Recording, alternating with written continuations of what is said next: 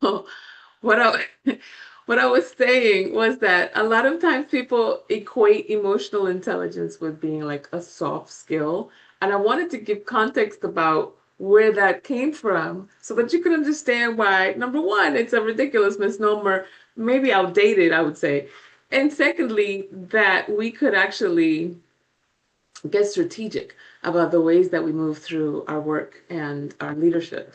So, um, in the military, as some of you know, I have a fairly military family. My ex-husband was in the military. My brother was in the Navy. My daughter is active in the Navy, and so forth. So I'm familiar with a lot of military history. And in the military, they've had hard skills, meaning that you have to put them into practice on a day-to-day basis, and it can literally save your life. And then you have soft skills that are not as life-threatening, that are not as upfront and center, but they are necessary nonetheless.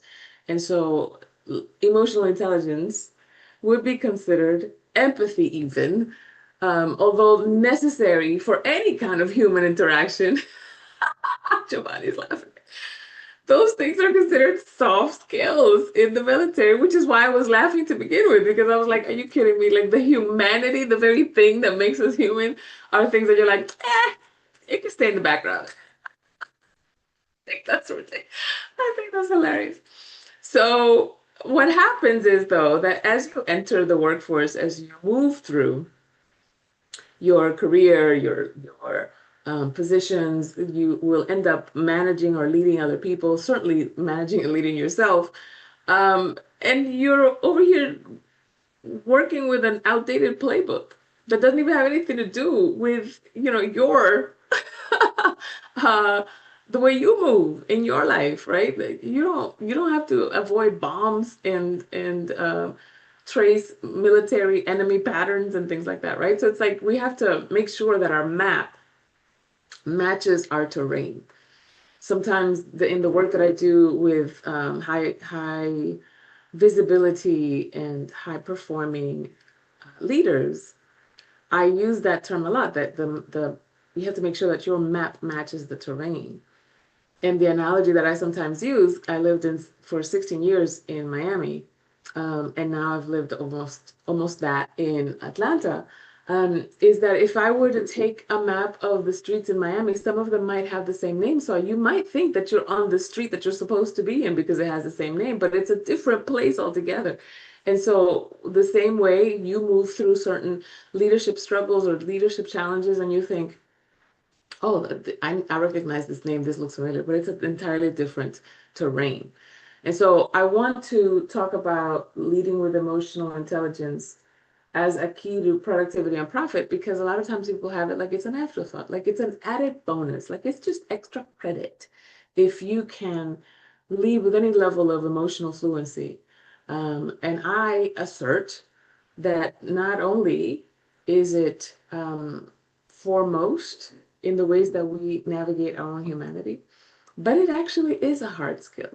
If we're going to use that analogy, if we're going to use those terms, it actually does lead directly to profit and productivity. And let's talk about how.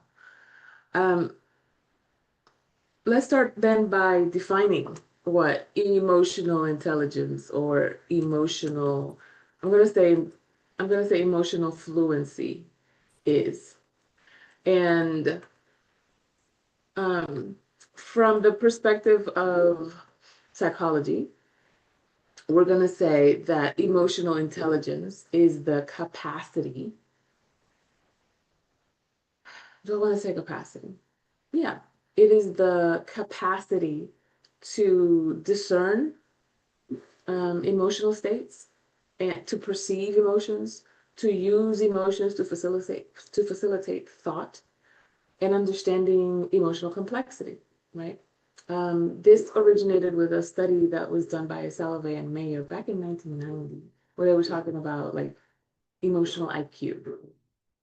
Daniel Goleman later on popularized it 5 years later in 95 um, by inflating the construct into a mixed model that folds in like motivation and social competence and personality traits, et cetera, et cetera. And so it's not necessarily a form of intelligence as much as it is a form of a capacity, let's call it that, right? Now, emotional fluency is less formally codified academically, but it refers to your ability to accurately like identify and name and communicate emotional experience at a granular level. So it's not just about perceiving it, it's also about like, can you capture that? Can you name it? Can somebody else tell what you're talking about? So there's like a translation that happens with emotional fluency as well, right? Um, Part of the distinction that is important for us as leaders is not just about how well you perceive or integrate or even regulate emotional information. It's about the communication of it, right? The communication of not only your state, but how you translate, how you perceive emotions in others.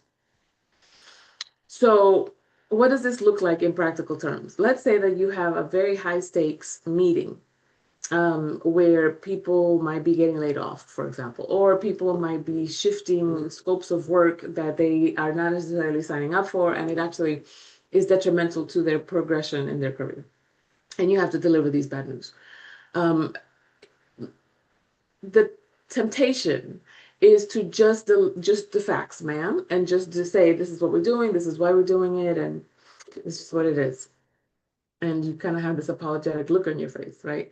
But it does not translate as empathy. It does not translate as I'm on your team. It doesn't translate I fought for you, I advocated for you, and this is the best that I could do. It doesn't translate to any of that. How do you communicate these emotional states to mitigate whatever anger, resentment, low morale, low engagement that might result from somebody having to absorb the bad news and deal with it like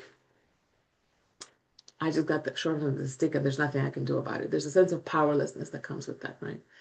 And so, you as a leader, when you are able to perceive those emotions and then articulate them and communicate them in a way that makes that person feel seen, you're still delivering the same bad news. You still have to deal with the negative outcomes of whatever shifts may happen, et cetera, et cetera.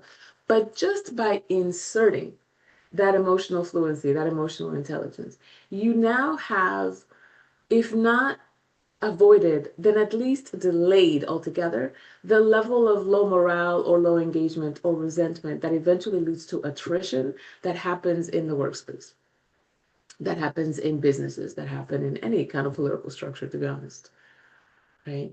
Just by being able to, and being willing to do that, right?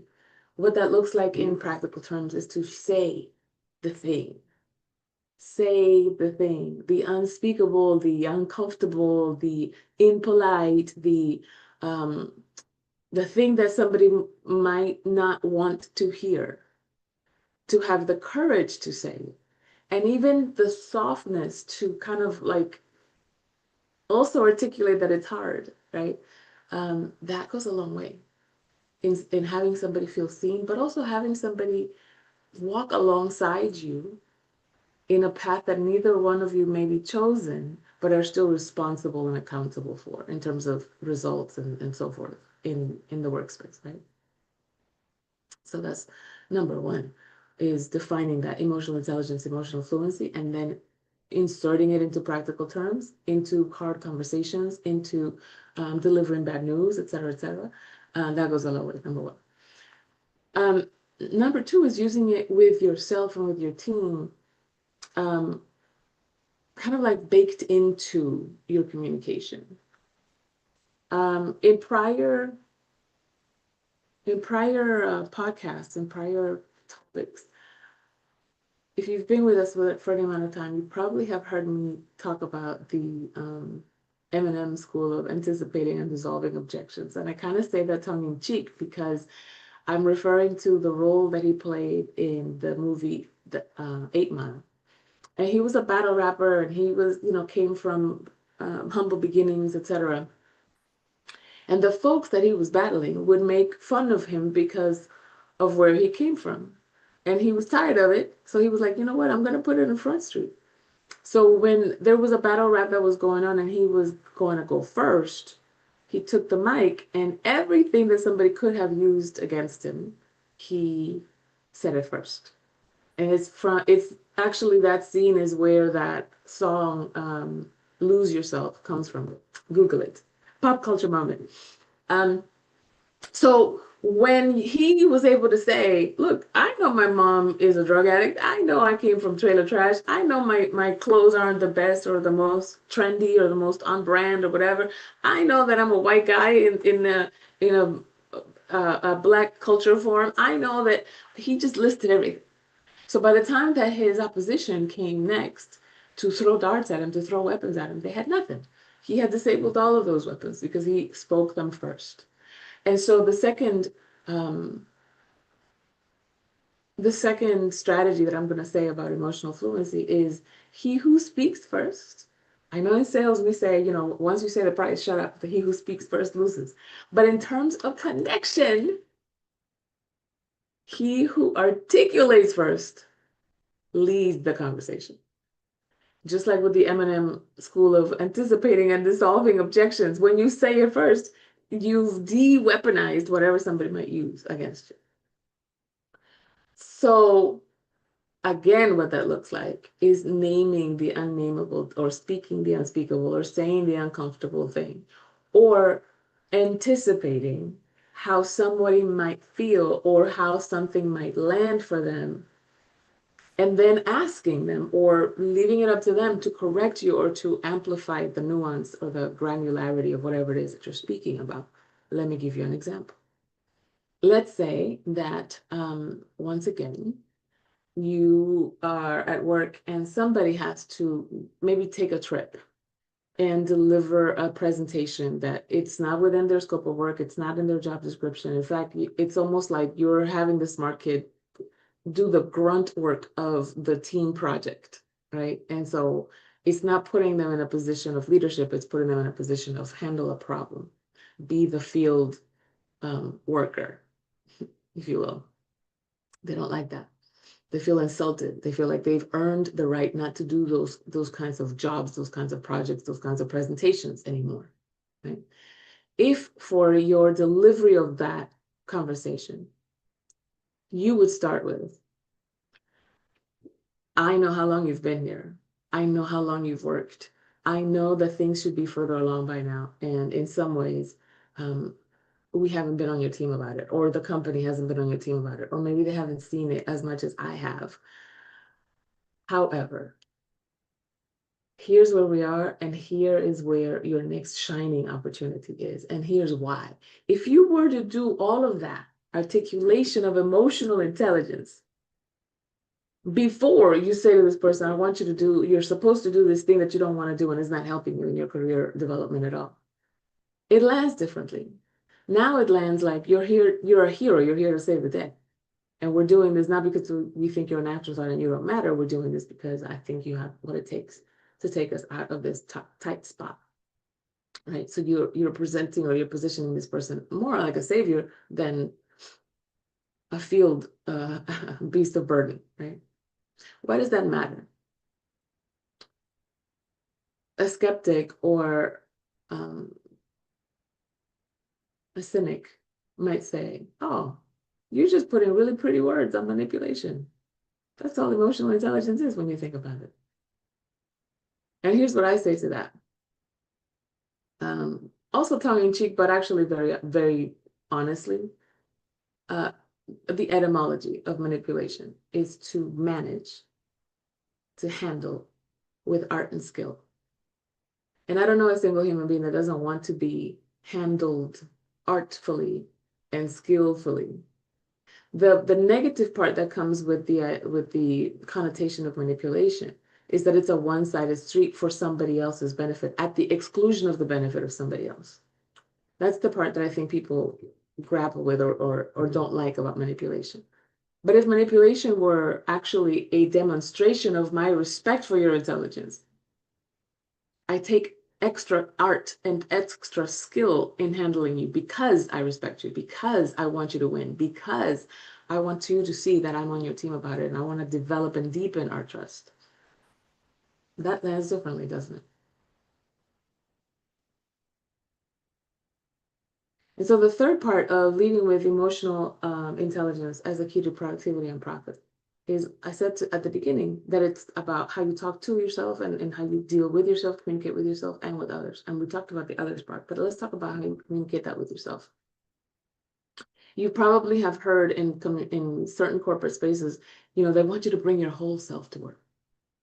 And we may talk about this next time, when I talk about authenticity. Um, they want you to bring your whole self to work. And I roll my eyes at that. I have a little side eye about that because every time somebody brings their whole self, like their health issues or their challenges with their children, and they have to leave early because they have a special needs child that they need to leave early for so that they can take care of them medically or take care of them in some other way. We know that that doesn't actually help someone move along in their career or visibility or whatever. And people start rolling their eyes like, oh, you can't depend on them, they're not reliable. So they're not talking about bringing your whole self. They're talking about bringing your relevant self to work. Right? And so it doesn't take away from your authenticity, but what it does is that the way you communicate with yourself to yourself and the way that you communicate yourself to other people requires a level of curation that sometimes people don't talk about and they just expect you to understand and expect you to navigate through. Right? So you do get to curate how you show up in certain spaces. And we already know this. There's a certain translation tax that people pay for their gender, for their race, for their generation, for being an immigrant, for coming from one end of the industry and going to another. So we have an idea about the personality or the trustworthiness of somebody who is in sales but then moves to, let's say, engineering or moves to marketing. We have an idea about somebody who does the opposite, who is an engineer or a technician or computer person, et cetera, and then they move into a client-facing relationship. What their capabilities are and how smooth they are and how well versed in those kinds of human connection skills and so forth. And so what you want to do in bringing yourself to work, your whole self to work, bringing your relevant self to work, is to curate the way that you present yourself. And we are already doing that. We've been born knowing how to do that. Right?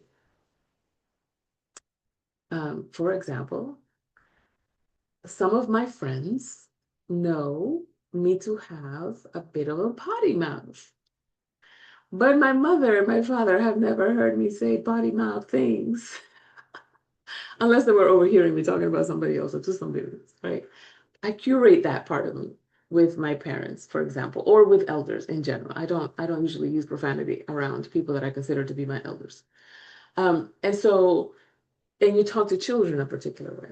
And you talk to the police a particular way. You talk to the person in the counter who is in charge of making sure that you don't have to pay this ticket a particular way. There's a certain deference that you insert into your conversation when you want somebody to do something for you. So we already know how to curate ourselves. The thing that I think people shy away from is, like I said about the manipulation thing, is when they think they're doing it to one person's benefit at the exclusion of the benefit of somebody else, or if it's like a one-sided relationship or a one-way communication. And so I'm going to say, no, that's not how that works at all. We are already doing it. And when you operate from a place of win-win, you realize that you can get what you want in a relationship, in a communication, in a project, et cetera, by moving emotionally intelligently. And you can help others get what they want by moving emotionally intelligently. Right? So I want to hear what you have to say about the ways that this is landing for you, whether you've already used it and maybe you didn't know that this is what you were doing. And then answer any questions that you might have about, like, wait, I'm unclear about X, Y, and Z. What did you mean by X, Y, and Z? So let's open it up and see what some of you have to say. Sorella, you look like you're processing. Dr. O, good morning. Good morning. I've got many directions in which this conversation sends me, but the Okay. first one I'll ask you about is this. Uh, the way you introduce emotional intelligence, its definition and all of that, uh, I'm wondering if are there people out there like me who, you mentioned the word manipulation, who actually are now seeing emotional intelligence as some sort of lubricant? Hmm. That's a You great know, word. I'm going to Yes. lubricate the moment right now so that I can get what I want and you can get what you want. And that's where Yeah. it stops. So I'm wondering, is there something in the culture of the organization, what a leader now wants to be responsible for, so that emotional intelligence is kind of embedded in communication Hmm. and in the ethos of the organization, as opposed to, oh my God, I'm going to have a quote unquote difficult conversation. I now need to exercise emotional intelligence. So, could you say a little more about the relationship between those two things? On the one end of the spectrum, emotional intelligence is this lubricant that makes life easier and gives me quote unquote a pass to manipulate you, or something else. Yeah. Like I said, this is something that we're born into, right? It's embedded in the way that we seek survival and connection, even as infants, even as toddlers, even as children. And when you think of these things as embedded into your humanity, all that you're doing is sharpening a skill that you already have, that perhaps was an unconscious competence, but now you're being deliberate about how you deliver it and how you live in it, et cetera, et cetera. The idea, to your point, isn't, oh, now I got to add some extra seasoning to this food I'm cooking, to this communication I'm delivering, but rather, um, how do I insert what I already have? You're already inserting some level of emotional translation into it. To not say the empathetic thing because you want to be professional is an emotional decision. It just lands in a way that is not productive for you. It lands like you don't care. It lands like they can't trust you. You are already emotionally communicating. No matter what you do or what you say and don't say is an emotional translation. So all I'm asserting is let's use it deliberately. Let's use it intentionally. Let's use it so that you can get the result that you want, considering that there's a human being in front of you and you also are a human being. Let's do that on purpose as opposed to, well, I tried to be professional and they didn't get it. Yeah, I get that. I get that. And that leads me to my last question. You Hmm. talk about curation, Yeah. and some of us know your potty mouth, but your mother doesn't. And Well, she knows. She just, yeah. in instances where somebody would say to you, "Well, wait a minute, aren't you being inauthentic when you withhold your potty mouth in that particular venue?" So it's like people relate to that kind of curation as being somewhat inauthentic. Yeah. What what can you say to liberate people in that context? That maybe it is authentic to curate. Well, it is authentic to do it, but we also need context clues. That's how we move in society, right? It is the reason why you only do a number one or a number two in a bathroom unless you have an emergency. Because otherwise, if you just did it whenever you got the chance, ain't no telling what you do it right now here in this office, right? So we're again, I make the point of we are already choosing when and how we show up. So let's do it. Let's do it with intention and reverence for the relationship, as opposed to just because you're being socially polite and you don't want to get in trouble.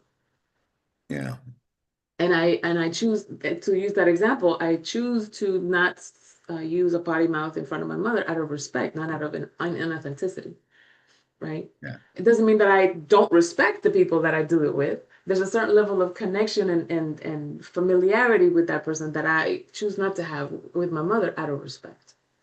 yeah. So I'm walking away with this. What makes emotional intelligence intelligent is maybe the intention behind it. Yeah, Yeah, yeah, absolutely. I can be intentional. Yeah, Yeah. Thank you. yeah, you're welcome. Great questions. Does anybody else have any other questions or commentary about what we were talking about? I love this takeaway. Hi, everyone. It just kind of reminds me of something I had recently learned about emotional intelligence, in that we attach meaning to events, and it's not really about the it's not we attach meaning to the event, not the event themselves. And I Mm-hmm. think sometimes when people are communicating too, they're kind of overthinking, like what you said, and being articulate in the emotional intelligence. Yeah. Sometimes they're overthinking how to protect themselves if they don't get the response or the reaction they're looking for, or Mm-hmm. what have you, instead of just kind of like using some form of logic in it too, as Mm-hmm. well with it. And when we do detach that meaning, you not only get the message across, but more importantly, you don't it doesn't affect you, and you just focus on results in a Mm-hmm. way that is just better for everyone. So I would really, really love this message, and it reminded me of that. Thank you. Thank you, Joelle. Thank you. What you just said reminded me of the importance of articulation, even for our own sanity.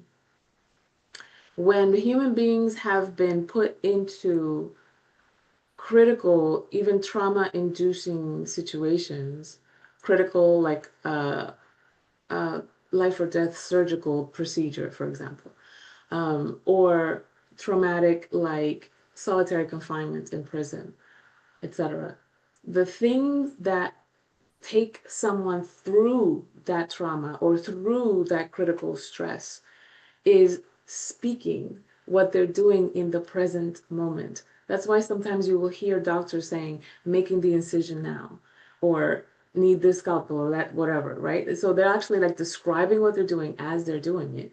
In solitary confinement, when prisoners are actually describing to themselves what they're doing, I'm getting up, I'm doing 25 push-ups, I'm resting, or whatever, it actually is the description, the narration, the articulation helps to stay not only with the present moment, but with your own humanity, your own movements, that you're not here by yourself, that there is a third party observer while you're describing, because you're the one acting and the one describing. So there's a part of you that is in action and there's a part of you that is observing, and that preserves your humanity in critical and in trauma inducing situations. And so when you just said that, it reminded me that it's like articulation is more than just speaking a word just to be talking. It preserves our humanity in more ways than one. So thank you for presencing that. And thank you all for being here with us today. I appreciate you. Remember always to stress less, to eat more plant-based food, to sleep at least 7 to 9 hours a day. Move your body. Remember that twerking is a kundalini raising spiritual exercise. uh, give of yourself, your time, your energy. Um, and I'm drawing a blank on the other three that I'm supposed to say. Sorrel, can you help me?